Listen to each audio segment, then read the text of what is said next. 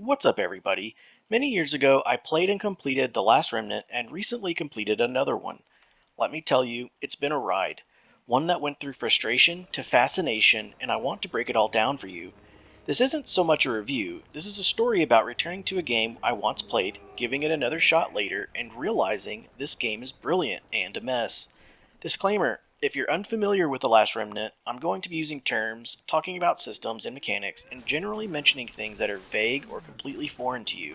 This isn't a conversation where I'm going to explain intricacies in depth, that will be for some other time. I'll try to keep it to a minimum, but this game is full of deep mechanics that would make this video so much longer than it already is. Anyway, let's get to it. Years ago, I rented the Xbox 360 version and gave up. I would say I had a different experience than many when firing this game up for the first time. I didn't worry about things that didn't make sense to me, and I had no issues with using the wiki or brute forcing through difficulty spikes. Also, my actual first experience on the Xbox 360 was only for the first couple story missions. I didn't have time to notice anything untoward. The Xbox 360 version had its fair share of issues, such as crazy FPS drops during the critical QTEs, which are very common.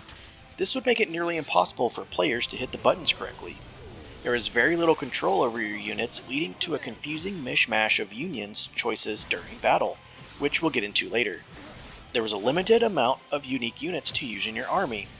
The list is quite large. Check out the wiki for PC differences if you want to see all the changes. The point here is, I didn't experience what is most likely the worst of the bad in The Last Remnant, and frankly, I'm glad that's the case because it's one of my favorite games of all time. Fast forward a few years, I learned that The Last Remnant was part of the Saga series, and there were many games with similar combat systems, which was my favorite part of The Last Remnant. This was my first foray into probably my favorite RPG series combat system. Let's start by talking about the good, because there's a lot of it. The combat system. This is the soul of the game. I loved the combat. I never got tired of it all the way through. Grinding, and there is a lot of grinding, never got stale solely because of how good the combat is. It's dynamic, strategic, and truly feels commanding an army on the battlefield. It's completely unique to The Last Remnant and is the main reason I love the game so much. The music is incredible. The combat music is dynamic, changing depending on how the battle's going. If you play the game and get to the 6 bases part of the story, you're in for a frickin' treat. The music is unique to these bosses and is one of my favorite game tracks of all time. Check out Press to Victory to hear what I'm talking about. Paired with the gameplay creates such an incredible experience. Every attack, spell, or move has weight and style.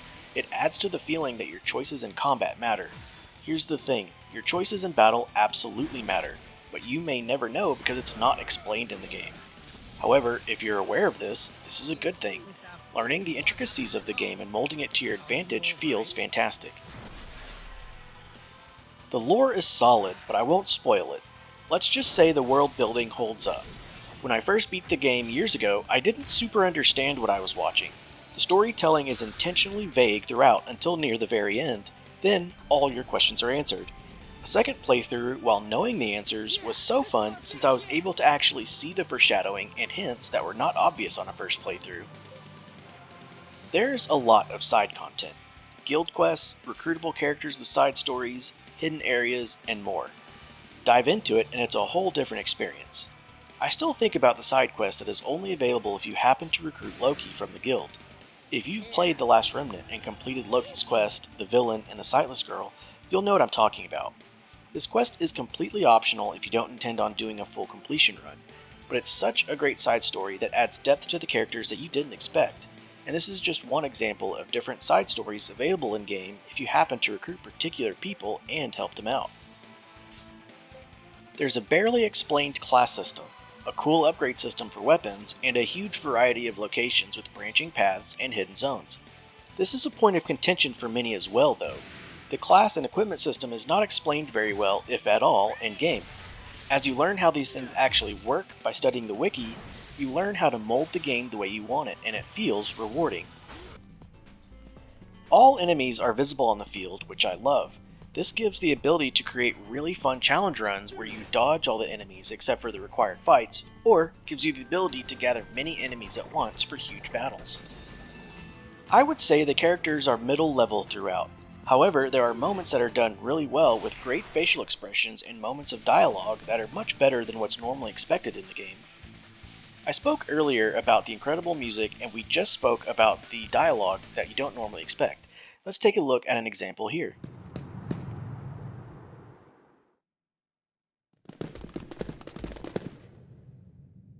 Finally. Feels like I aged 50 years waiting for you. At least you didn't get pounded by the other guys, cause young the belligerent's the only one that's worthy enough to beat the living crap out of you. So get ready to enjoy some good old-fashioned loving from Mr. Young. I've been looking forward to this moment for ages. Hope you can put up a good fight because I want to savor this as long as I can.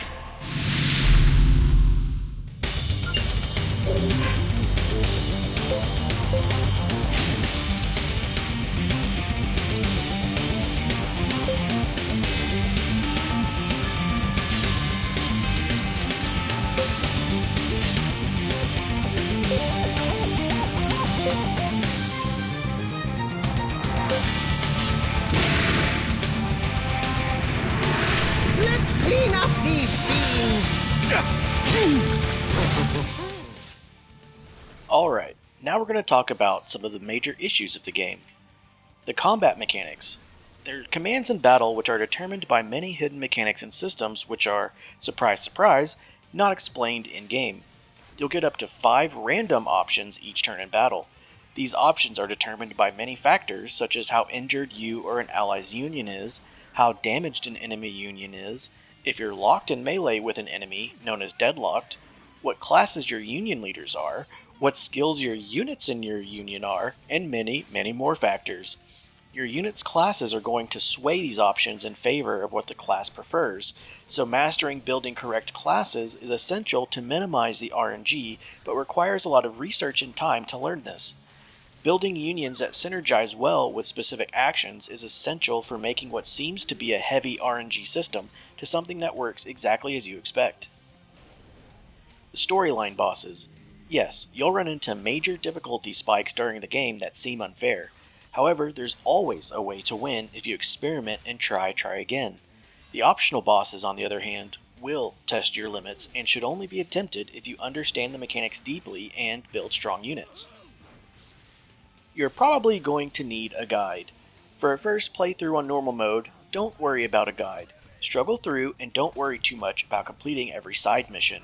For one, you're most likely going to fail, the Fallen quest for example. You'll also probably miss some quests preventing a 100% playthrough without a guide, but again, don't worry about this too much. On top of all this, you'll feel so much frustration against a game that feels unfair and impossible because you're attempting quests that are not meant to be completed on a first playthrough. Yes, you heard that right. Many quests are not intended on being completed until New Game Plus, or by players who understand mechanics and systems much more deeply than a new player. To add on to this, if you use a guide and do a 100% playthrough, certain bosses are going to get stronger because of this. Only attempt a 100% playthrough if you're a G and know what you're doing. However, using a guide as a checklist once you understand more of the mechanics and systems is helpful to simply ensure you achieve your 100% playthrough, which, again, unlocks higher difficulty bosses among other things. The class and equipment system. Wait, this is in the right and the wrong section of the game. What gives? You get no info in-game. At all. Want a specific class or weapon upgrade? Too bad. Go look it up. Oh, and you can't control your party's gear either. They'll ask you for items sometimes, and it's a huge pain to manage.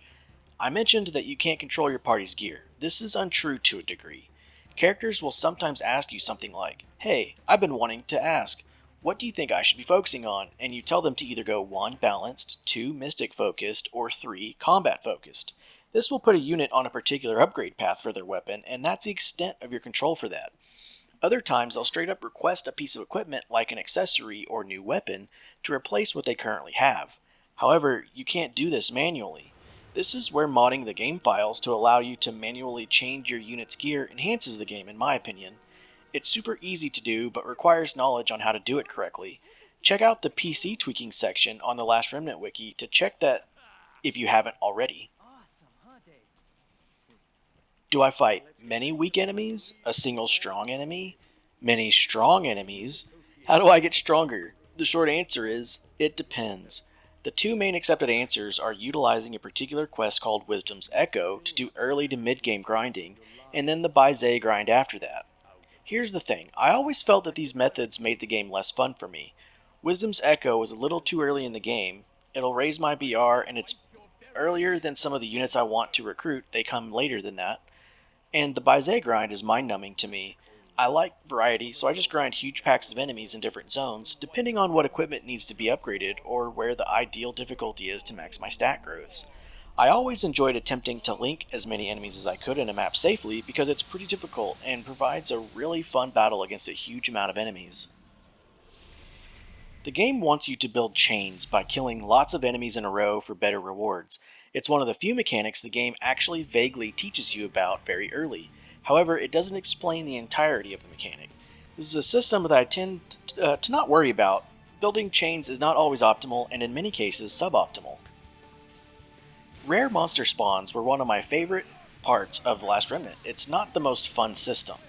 The grind to find rare monsters is not explained in-game, shockingly, and many quests in the game ask you to defeat the rare monsters. You will benefit tremendously by using the wiki to minimize the amount of time you spend searching for these monsters, but let's be honest, just use the TLR planner for this if you're playing on PC. Outside of challenge runs, there's nothing to prove. Just lock in the map to have the particular rare monster you're looking for. All that changes is running endlessly across maps and reloading the instances over and over. Want the best skills or abilities? You're going to need to understand the mechanics and systems. There are objectively better skills and skill sets to learn, and those are learned by doing specific arts. Once you know how these systems work, the grind isn't so bad since you know that everything you're doing is progress. However, if you don't know what you're doing or you're going in blind, it can feel like such a huge slog that it becomes frustrating. New Game Plus should be in the right and wrong sections for different reasons. New Game Plus brings over many things that will make you stronger from the get-go, along with the option to play in hard mode. However, many things such as character stats, strengths, and abilities do not carry over. This is something that I actually like, but I wouldn't be against an opposing argument. What this allows you to do is grind a ton and play suboptimally in preparation for a perfect run. This further backs my recommendation to not worry so much about a first playthrough. Grind as much as you want, play as suboptimally as you want so you can learn with less stress. Once you think you're ready for what the game really has to offer, then go and complete the playthrough to attempt your New Game Plus. You can finish every side quest and get almost nothing. Worse, the final boss gets stronger the more side content you do. Side quests work differently than you'd expect for most games. For the most part, you're not going to get greatly rewarded for completing these, sometimes extremely frustrating quests.